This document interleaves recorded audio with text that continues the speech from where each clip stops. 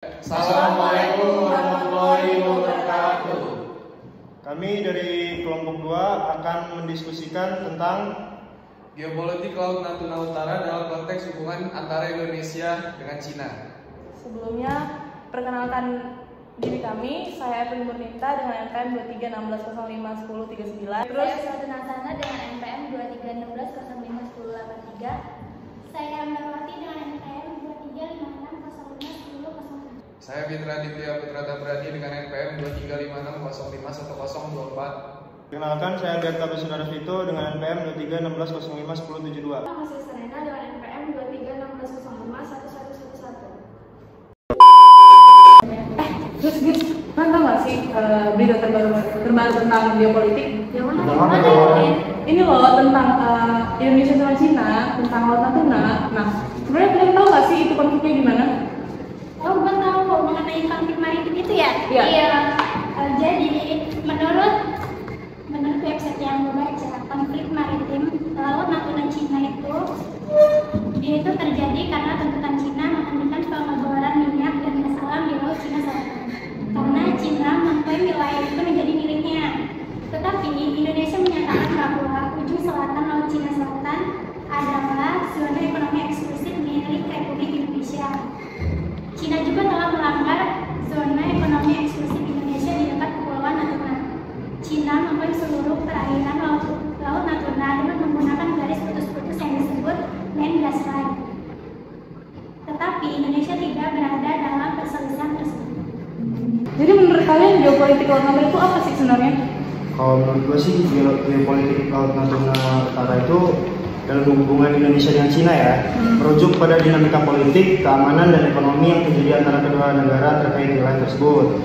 Ini mencakup sengketa klaim kedaulatan, eksploitasi sumber daya alam, dan upaya diplomasi untuk mengelola ketegangan dan mempertahankan kedaulatan Indonesia.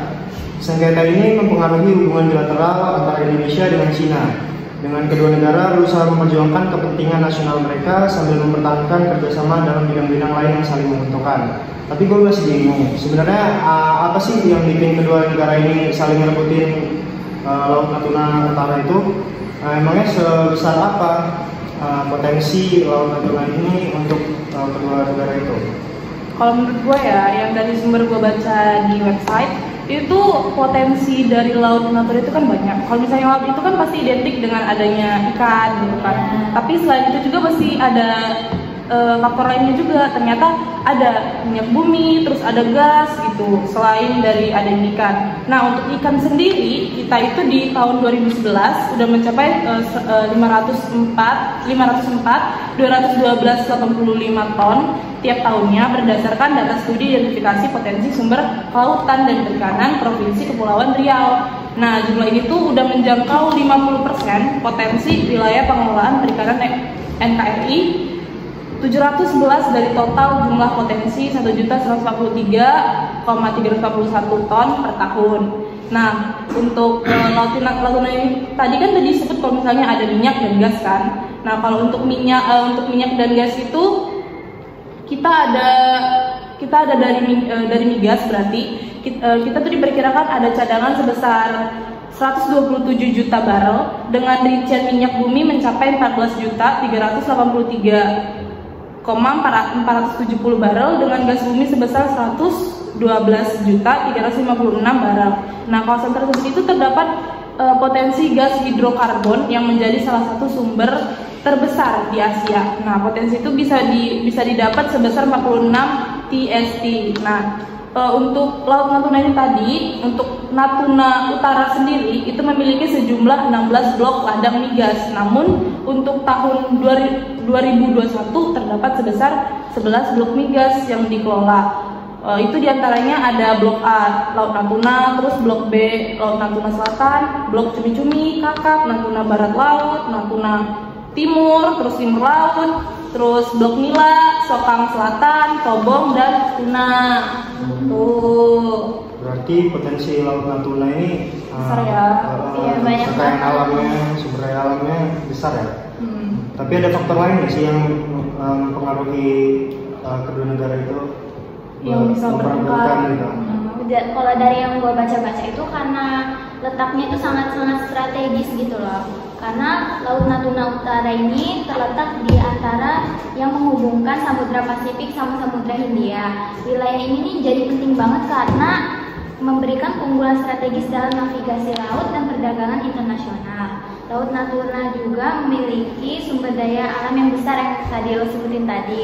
Terus jadi ketegangan antara banyak-banyak negara ini karena karena ada insiden kapal-kapal asing yang masuk zona ekonomi eksklusif Indonesia tanpa izin, yang mana itu tuh memicu ketegangan di wilayah tersebut.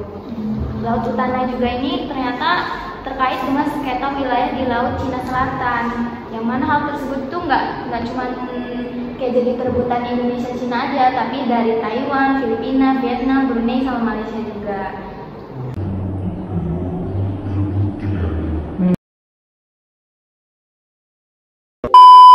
Sebenarnya ada nggak sih dampaknya bagi negara-negara yang memperebutkan hal tersebut? Nah, kemarin tuh gue sempet baca nih dampak yang timbul dari berita yang itu, dampak negatifnya nih ya, gangguan aktivitas ekonomi kayak penurunan aktivitas nelayan, yang dimana aktivitas penangkapan ikan itu terhambat karena kehadiran kapal-kapal Tiongkok di zona ekonomi eksklusif Indonesia. Nah, hal itu dapat menyebabkan penurunan hasil tangkapan ikan dan berkurangnya pendapatan nelayan. Ada dampak positifnya nggak sih, Seth? Nah, ini dia ada nih. Seperti semangat bela negara. Konflik ini membangkitkan semangat bela negara dan persatuan nasional untuk menjaga kedaulatan wilayah Indonesia. Selain itu, ada juga peningkatan kekuatan maritim. Peningkatan anggaran pertahanan dapat mendorong modernisasi TNI Angkatan Laut, termasuk pembangunan kapal perang dan teknologi maritim canggih. Nah, kalau menurut kalian nih, ada nggak sih solusi dari masalah ini? Menurut gue ya solusinya tuh kayak yang gue baca di internet, gue juga setuju sih sama itu. Itu tuh bisa buat ngatasin konflik di Laut Natuna Utara sama Cina itu Indonesia bisa gunain pendekatan diplomasi multilateral, memperkuat kerjasama sama negara-negara tetangga, sama bisa manfaatin hukum internasional kayak konvensi perserikatan bangsa-bangsa tentang hukum laut. Selain itu juga Indonesia bisa ningkatin kehadiran dan keamanan maritim di wilayah tersebut, wilayah Natuna itu. Sama bisa ngedepanin dialogi bilateral yang konstruktif dengan pihak Cina buat mencapai solusi yang paling menguntungkan. Ya, jadi setelah dari solusi ini kita jadi tahu banyak sih tentang konfliknya, potensinya, terus faktor dampak sama solusi yang dia dilakuin sampai yang dia dilakuin ya. Jadi ya seginilah diskusi kita. Jadi terima kasih, bye-bye. Udah.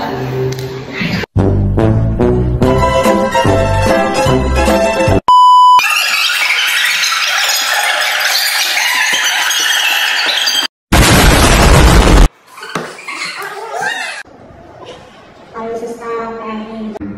Iya.